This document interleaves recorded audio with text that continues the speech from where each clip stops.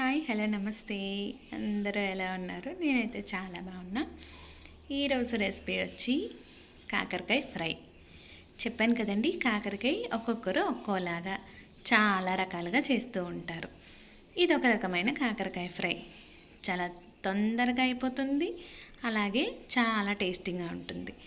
ఒకసారి ఇలా ట్రై చేసి చూడండి. రోజు కంటే ఓ 10 ముద్దలు ఎక్స్ట్రానే తింటారు. కాకరకాయ అంటే అమ్మో చేదు అని చాలామందికి నచ్చదు.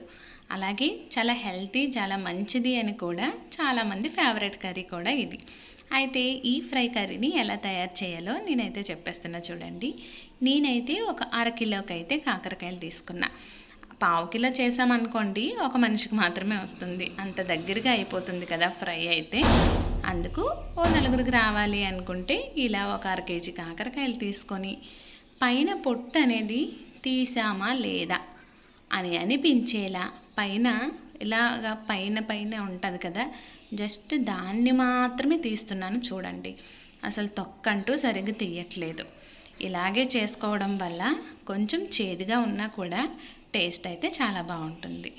కాకరకాయ అంటేనే దాని స్వభావమే చేదు కాబట్టి మరీ చేదును పోగొట్టేలా కాకరకాయని చేయడం కంటే కొంచెం చేదుగా ఉంటేనే ఆ టేస్ట్ బాగుంటుంది. ఇప్పుడు కాకరకాయనైతే ఆ పొట్టు చిన్నగా తీసి ఈ పిక్కలు అనేవి తీసేసుకోవాలి. లేత పిక్కలు అయితే ఉంచుకుంటే ఇంకా బాగుంటుంది, కానీ నేను తీసుకున్న కాకరకాయ పిక్కలు అయితే అన్నీ చాలా ముదురుగానే ఉన్నాయి. సో నేనైతే పిక్కల్ని తీసి పడేస్తున్నాను. మీకు లేతగా అనిపించినట్లయితే కర్రీలో వేసుకోండి. చాలా క్రంచీగా, క్రిస్పీగా, టేస్టీగా ఉంటాయి. ఇలా కాకరకాయ పిక్కలన్నింటినీ కూడా తీసేసుకోవాలి. తీసుకున్న తర్వాత ఈ కాకరకాయల్ని మీకు నచ్చిన షేప్లో, నేనైతే ఇలా చిన్నగా పొడుగ్గా కట్ చేసుకుంటున్నా. ఎందుకంటే ఇలా తొందరగా ఫ్రై అయిపోతాయి అన్నమాట. లేదంటే కొద్దిమంది చక్రాల్లా చేస్తూ ఉంటారు. అలా చేసుకున్నా కూడా అలాగే అయిపోతుంది. చిన్న పీసెస్గా కట్ చేసుకున్నా ఓకే, కానీ ఇలా అయితే చూడడానికి బాగుంటుంది, తినడానికి బాగుంటుంది అని ఇలా డబల్ వేసి మరీ కట్ చేసేస్తున్నా, తొందరగా అయిపోతుంది అనేసి. ఇలా మొత్తాన్ని కూడా కట్ చేసుకొని ఇందులో అయితే ముందుగా కొంచెం సాల్ట్, పసుపు వేసుకొని కలిపి ఒక పావు గంట నుండి అరగంట వరకు బాగా కలిపి సైడ్ పెట్టుకున్నామంటే దీనిలో ఉండే, ఎందుకంటే తొక్క అసలు సరిగ్గా తీయలేదు కదా, ఎక్కువగానే చేదు ఉంటుంది. ఆ చేదు కాస్త పోవడానికి కొంచెం ఇలా పావు గంట నుండి అరగంట వరకు మూత పెట్టి సైడ్ పెట్టుకొని ఉంచేయాలి. అంతసేపట్లో ఈ కాకరకాయ ఫ్రై కోసం ఓ స్పూన్ జీలకర్ర, అలాగే ధనియాలు, ఓ 10 వెల్లుల్లి రెబ్బలు వేసేసుకోవాలి. అలాగే కొంచెం సాల్ట్, కొంచెం కారం ఎక్కువగా కావాలి అనుకునేవారు ఓ 2 స్పూన్లు అయితే యాడ్ చేసుకోవచ్చు. లేదు అనుకుంటే ఎండుమిరపకాయలైనా యాడ్ చేసుకోవచ్చు. నేనైతే వేయించిన నువ్వులను అయితే తీసుకున్నాను. నువ్వులే కాకుండా పుట్నాల పప్పును కానీ, లేదంటే ఎండు కొబ్బరి, పచ్చి కొబ్బరిని కూడా మీరు తీసుకోవచ్చు. అది మీ ఆప్షనల్. నేను నువ్వులను తీసుకున్నా. అలాగే ఈ కాకరకాయకి ఉల్లిపాయలు కాస్త ఎక్కువగా ఉంటే టేస్ట్ బాగుంటుంది. ఓ 3 ఉల్లిపాయల్ని సన్నగా పొడుగ్గా కట్ చేసుకున్నాను.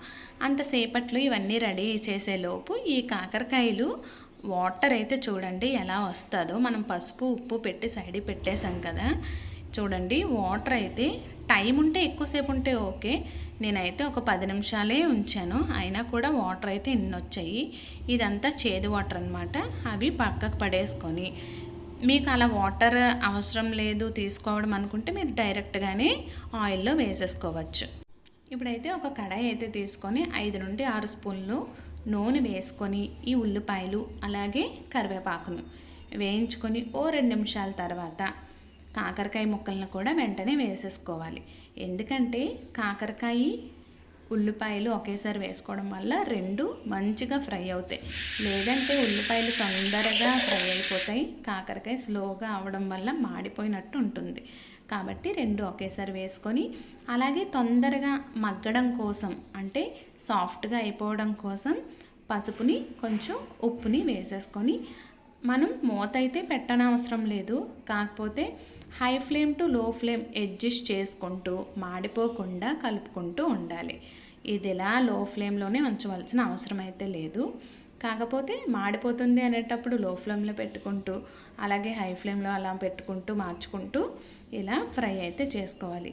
చూస్తున్నారు కదా, ఓ 10 నిమిషాల తర్వాత అయితే ముక్క అయితే సాఫ్ట్గా అయిపోయింది. ఈ టైంలో మనం తయారు చేసుకున్న ఈ వెల్లుల్లి నువ్వుల పౌడర్ని అందులో వేసేసుకోవాలి.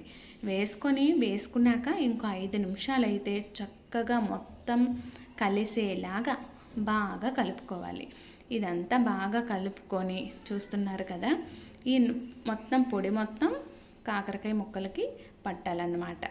ఇది కొంచెం లో ఫ్లేమ్లోనే ఇక్కడ నుండి జరగాలి. ఇంకేముంది, కలర్ అయితే చేంజ్ అయ్యాక మీరు దీనిలో ఉప్పుని కారాన్ని ఇప్పుడు చూసుకోవచ్చు. చూసుకొని కొంచెం కొత్తిమీరని అయితే యాడ్ చేసుకొని, కొత్తిమీరని యాడ్ చేసాక కూడా మరో 5 నిమిషాలు ఫ్రై అవ్వనివ్వాలి. మొత్తం ఈ ఫ్రై అవ్వడానికి అయితే ఒక 20 నుండి 30 నిమిషాల టైమే పడుతుంది. చూస్తున్నారు కదా, ఇంకా మీకు ఎక్కువ రోస్ట్ కావాలి అనుకుంటే ఇంకొంచెం ఆయిల్ యాడ్ చేసుకొని ఇంకా బాగా వేయించుకోవాలి. నాకు ఇలాగే సరిపోతుందని నేనైతే స్టవ్ అయితే ఆఫ్ చేసుకున్నా.